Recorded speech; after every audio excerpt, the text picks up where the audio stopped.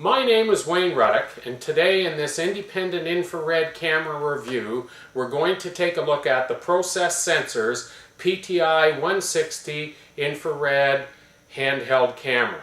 This camera is fully radiometric and comes in 4 different temperature models. The pti160 works in the temperature range from -20 to +250 degrees Celsius. The pti160 LT works in the range from -20 to +600 degrees Celsius. The pti160 MT works in the range from -20 up to 1,000 degrees Celsius. And the HT, or high temperature model, works from -20 degrees C all the way up to +1,500 degrees Celsius. The camera has an accuracy of ±2 degrees Celsius, or 2% of the reading that the camera is looking at. It is a fully radiometric 160 by 120 focal plane array microbolometer that works in the 8 to 14 micron range. The camera has a field of view as supplied of 20 degrees by 15 degrees. The lens on the camera is a manual focus lens, and the focus is controlled on the front of the camera by the lens, and it has an attached lens protector cover as well. The spatial resolution in this camera, or the instantaneous field of view, is 2.2 milliradians. For an industrial camera, the camera is very sensitive. It has a thermal sensitivity of 0.1 degrees Celsius at 30 degrees C. The frame rate on this camera is either 50 or 60 hertz, or frames per second. The focus distance in the camera, it focuses from 4 inches all the way out to infinity. The display in the camera is a flip-up 2.5-inch color display. The infrared image can be displayed on this display using one of the 6 user-selectable color palettes that are available in the camera. As we mentioned, it is a radiometric camera, and the measurement functions are 4 moving temperature measurement spots, or crosshairs. 3 of them can be manually controlled, and 1 is an automatic hot spot or cold spot locator. The camera also comes with an isotherm function that's user controlled, and the isotherm is a function that highlights areas of equal radiated energy. To ensure that the onboard computer gives you correct temperature calculations, the camera has user-defined emissivity from 0.01 to 1, as well as a manual input for the ambient background reflected temperature. The memory in the camera is up to 1,000 infrared images, and these images can be transferred to your laptop or PC using the USB port. The output is at the bottom of the handle, where we have a USB output. In the bottom of the handle, we also have a standard video out with an RCA cable that comes with the camera, and there's also an AC power input port at the bottom of the handle as well. The camera comes with a built-in Class 2 laser that can be turned on or off, a laser locator, to let you know what you're looking at. The environmental specifications of this camera, it is an IP54 specification. Also, the camera weighs 700 grams, so it's very light and portable. There are very few controls in the camera. It's very intuitive. There is a control panel in the back here, and also a user programmable trigger in the front. And the way the camera is built, it can be used left-handed or right-handed. It doesn't make any difference whether you're right or left-handed. The camera comes with 2 lithium-ion batteries, each battery lasting approximately 2.5 hours. The batteries are conveniently located in the handle, and there is a safety cover that keeps the batteries in place and hides them. The operation of the camera is very intuitive and the buttons are very simple to operate. We have a power button here, and you depress the power button and hold it, and the camera beeps once the power comes on, and we see we have the green power light lit up there. It takes a few minutes for the detectors to initiate and an image to come onto the screen. And once we get an image on the screen, there is an automatic adjust button marked by the A, and by pushing the A button, the auto adjust button, the camera automatically adjusts the level and the span and gets the operator a nice clear image. The C button is the clear button. When you depress the C button, it clears any of the functions that are currently on the display screen. The S button is the freeze save button.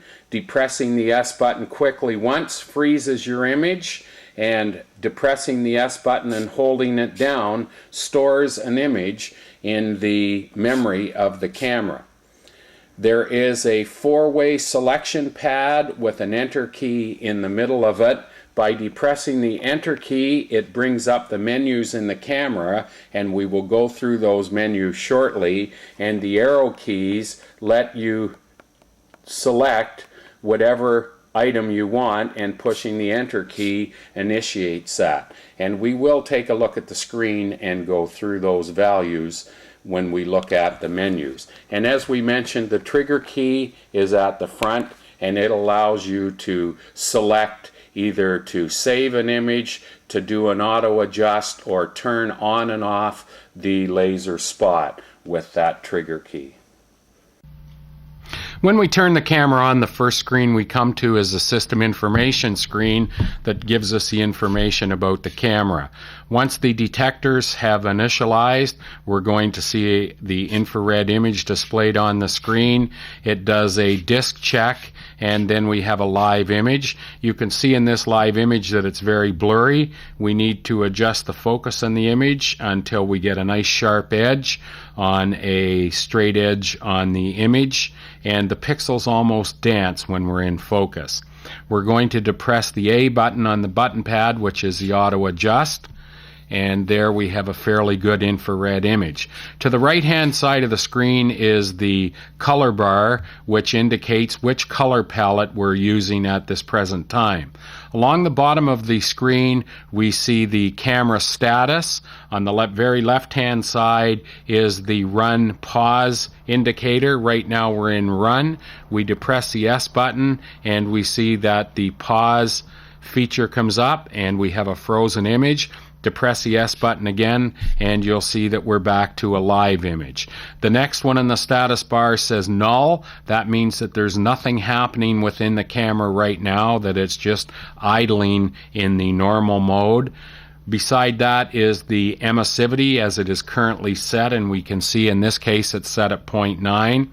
The next one is the battery life. We see that we have a brand new full battery. The whole bar is white, and then we have the time to the right of that. We're going to start and take a look at the menus now by pressing the enter key in the middle of the directional keypad, and the first menu that comes up is the analysis menu. Press the enter function again to get into that, and we can go up to spot 1, press enter, and now we've turned spot 1 on the screen. Using the directional arrow keys, we can move the spot wherever we want on the screen, and we'll see that the calculated temperature is displayed in the upper right hand corner. To get rid of that and clear it off the screen, we simply depress the C button, and we're back to a normal image.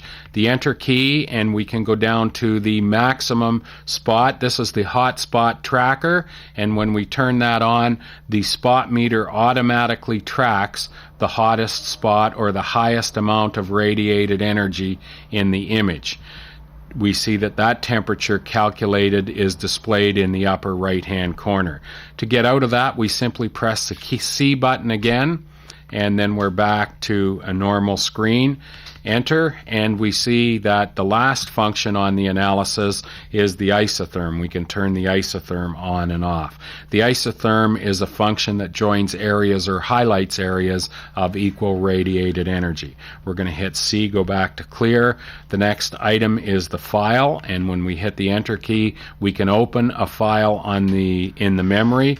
We can save an image, or we can delete an image from the memory. Pressing the save is exactly the same as depressing and holding the S button on the button pad. So we're going to clear that. Auto adjust is exactly what it says. It auto adjusts the image, and we can get to that without going through the menus simply by depressing the auto adjust or A button on the button pad, and we see it auto adjusts. So let's go back into the menus again. Manual adjust. Hit the enter key, and on the high temperature models we can change the temperature range, we can change the span, or we can change the level simply by using the up and down arrow keys when that function is highlighted. We're going to clear that to get out of there and clear that to go back to normal. When you're in the normal camera mode with nothing initiated in the menus, the right hand arrow key raises the level. The left-hand arrow key brings the level down. The upper directional button opens the span up, and the down directional button closes the span down and makes the camera more sensitive. So you can get to and access the level and span without going into the menus simply by using the directional buttons on the keypad.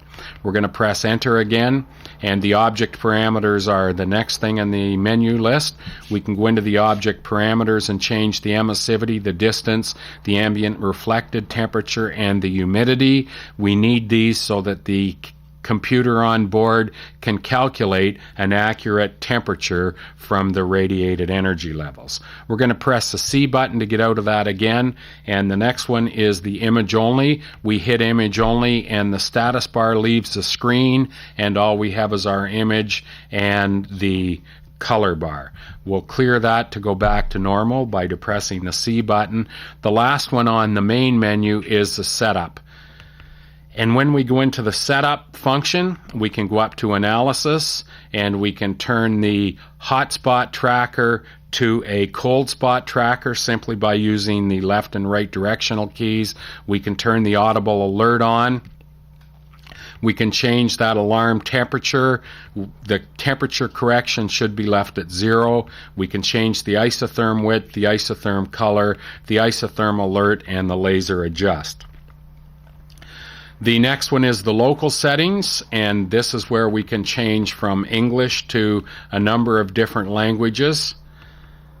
We can change the video output from NTSC to PAL. We can change the temperature display from Celsius to Fahrenheit, and we can change the distance units from meters to feet, and we can also change the date format. So we'll clear that, and the next one is the date and time, and that's simply where you can set the date and time for the location that you're at. The next one is called Other, and in the Other menu, sub-menu, we can go into the palette, and we can change the color palettes from rainbow to feather to gray, gray inverted, iron, iron inverted, and back to rainbow. I personally like rainbow because it allows you to see more colors. We can change how the auto adjust function works. We can turn the continuous adjust on. I suggest you leave it off all the time or at none. We can have a shutdown time and LCD display shutdown time. We can change the non-uniformity correction from a normal time frame to a short one, and we can adjust the files names and the directory names. The last thing on the list is the system info, and that's exactly the same screen that we see when we turn the camera on. So I'll hit the C button and go back out of all the menus till I have my normal image, and I can press the auto adjust and it will automatically adjust again. Now to turn the camera off, we simply depress and hold the on and off button for a couple of seconds, and then we'll see a shutdown alert come up.